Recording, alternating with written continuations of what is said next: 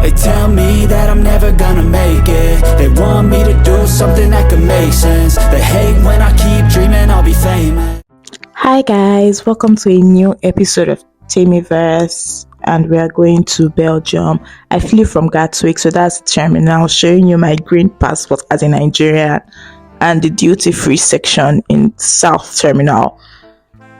Honestly, anytime I fly, I use the window seat, and it just makes me realize every single time that God is great. Like, see the clouds, it's so beautiful. Anyway, I arrived at Brussels and someone came to pick me, chauffeur driven. This is the hotel. I got in. It had the most beautiful views of the forest because the hotel was situated in the forest.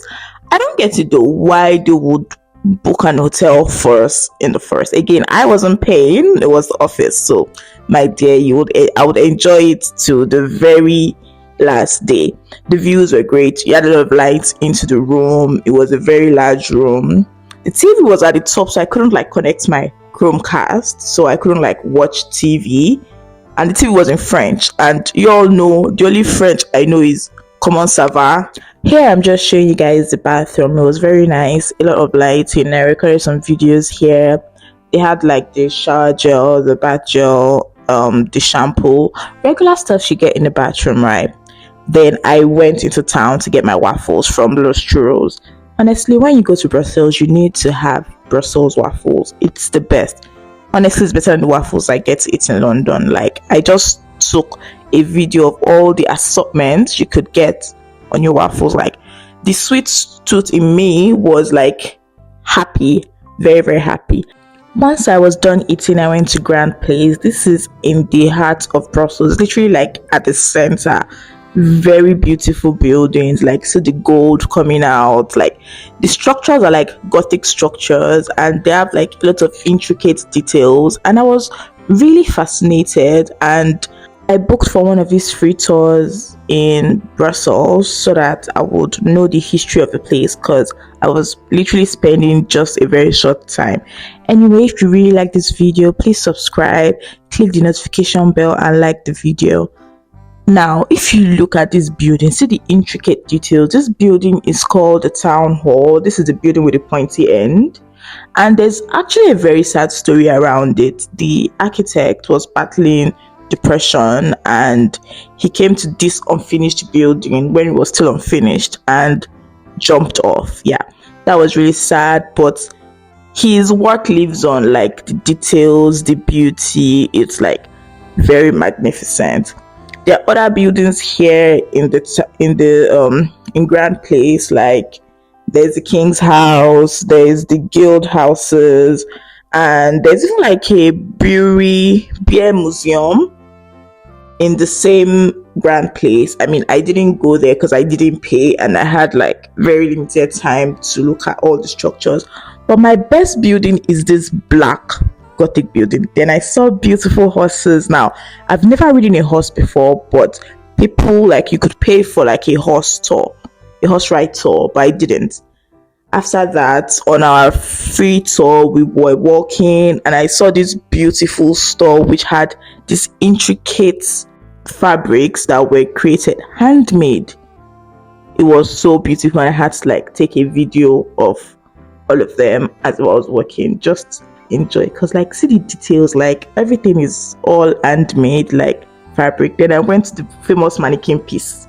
Manneken Pis is a sculpture of a little boy taking a piss, actually taking a piss, and there's a museum which is filled with all its outfits because they dress him up. If they have someone from the US coming, they would literally dress him up in US colors or a US outfit, or make him look like Trump or something. And it's funny. I like the idea behind it. So that's this little museum where you can see the past outfits that Manneken Pis has worn. Brussels is also known as the birthplace of several iconic comics. So you have Tintin, you have Smurfs. Smurfs was created by a Belgian artist, and they also have a lot of murals on their buildings, paintings on structures, and it's very beautiful. It's nice to see works of art in real life. Then we continued on our walking tour.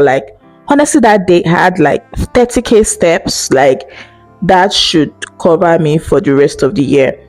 Then our tour guide took us to other notable structures in Belgium. They had this thing just very similar to the London Eye that we have, and this is a Notre Dame church. It's very beautiful. Like, look at the intricate details. Like, a lot of work goes into these older buildings, not just the regular cement and stuff that people are building now. And I honestly prefer older buildings.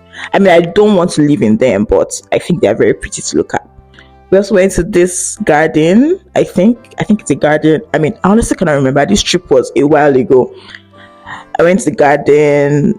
They talked about the structure in the middle, which was like a man that was beheaded or something by the government. But I honestly cannot remember because I didn't take notes and I didn't record all what he was saying.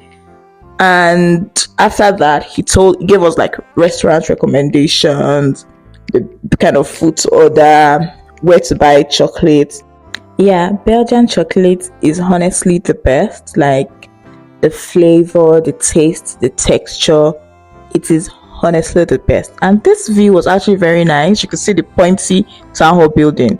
Then I went to Leonidas. This is Leonidas. I bought chocolate from here. They actually had a buy one get one free, and honestly it was really, really good. Then we went to New House. This is another chocolate house, I think, and they had beautiful structures in front of their window, like eggs. I don't know, I think it's called pralines. I honestly can't remember what it was called, but it was very nice to see. Then I went to Pierre Marcolini. Everybody and their mom as head of Pierre Marcolini. Like, they have a lot of flavors, like the craftsmanship that goes into creating this kind of chocolate. It's outstanding. Like, I honestly don't know how to explain it. Maybe I'll get there one day.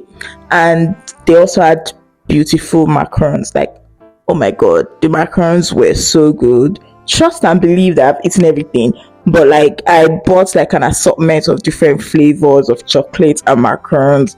I'm just showing you like my purchase bags. I spent a lot of money on chocolates.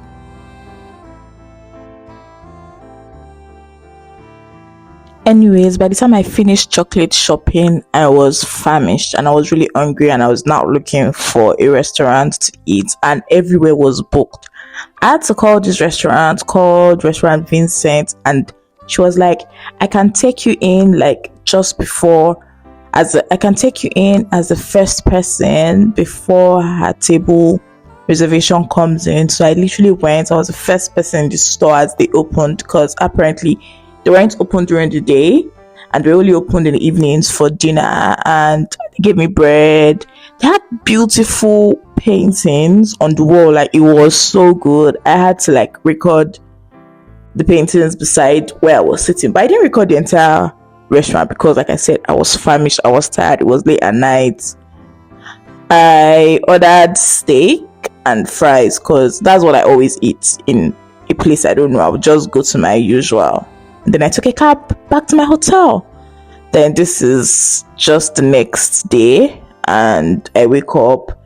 It's a beautiful day, beautiful views, and yeah, just taking it all in, stretching my legs from the day before. Gosh, this view is really, really nice. If you like greenery, if you like nature, this would actually be a nice place. The hotel has a spa. Actually, I didn't use a spa because I was there for a very short period of time and I had no reservation, but the spa like gave me like oils and stuff. So I'm doing like a little unboxing in the morning because I'm literally still in my pajamas.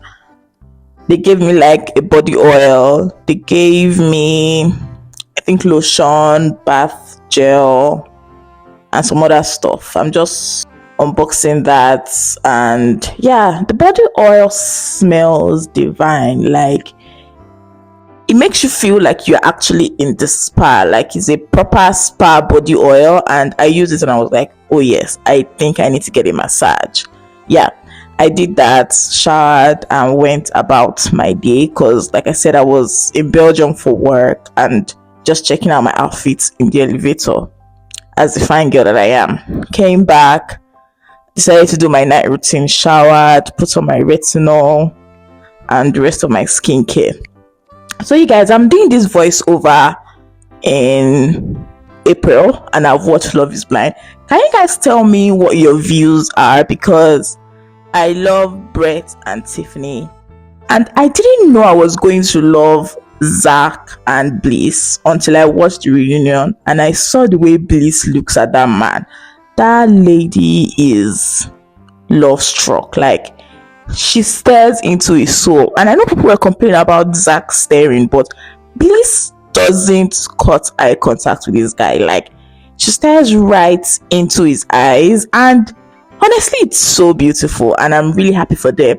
I love Brett and Tiffany, my black couple. Like, they give me good vibes, and Brett is like, oh, he's the man.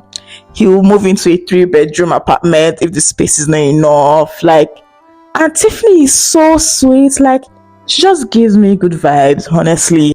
Then Kwame and Chelsea, I think they just fit each other. Kwame is my Ghanaian brother. I'm Nigerian, but you know, Ghanaians are our brothers. And Chelsea reminds me sometimes of me because they say she's loud, and a lot of my friends say I'm loud. But they fit each other, they understand each other, I guess, and they have a beautiful apartment. Like, who has Panasonic, whatever they called it, views in Seattle? Like, that apartment was very, very nice. I really liked it, and I'm very happy for the couples that made it to the altar. But I'm not happy about all the news I'm hearing about Love is Blind, the stress that the couples go through during filming, and it doesn't make any sense to me, honestly. And Love is Blind is actually coming to London, and some of my friends are like, oh, Tayo, you should go, you should register for Love is Blind. I'm like, there is no way I'm doing that.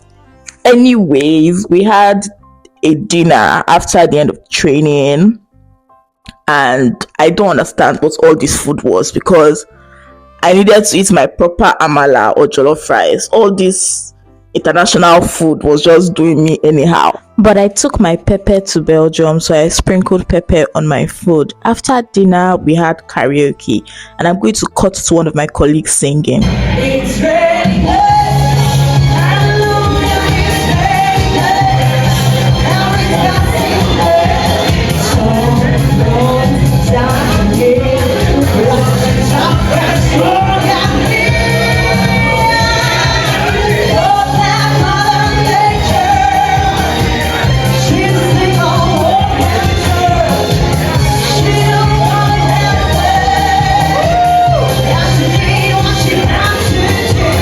The office arranged transport back to the airport, and yeah, that was it. This is the duty-free area of the Brussels airport.